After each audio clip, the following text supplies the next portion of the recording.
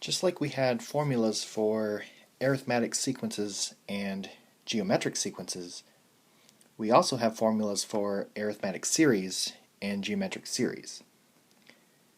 So the notation of like A1, D, R, N, that's the same as it was for the sequences.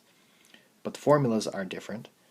So these formulas give you the summation, or the adding up of all the terms, what that's equal to. Okay, looking at 8, they want us to find the sum of the first 16 terms of the arithmetic sequence 4 plus 10 plus 16.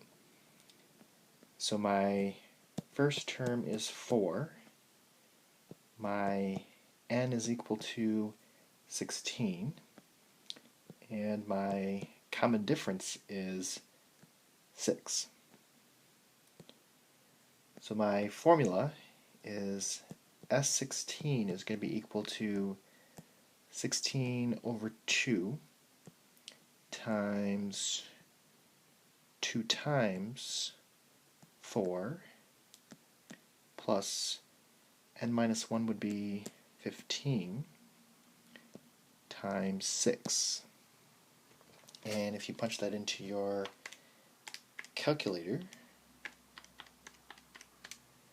then you get 784.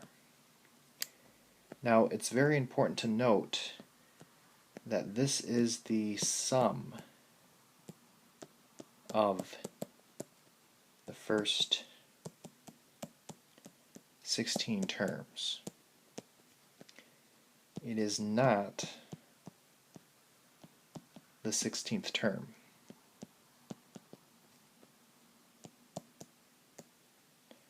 So it's not the 16th term itself, it's the sum of the first 16 terms. Looking at number 9, they want us to find the sum of the first 8 terms of the geometric sequence 1 plus 2 plus 4. So my first term is 1, n is equal to 8, and r is equal to 2. So I'm using the other formula,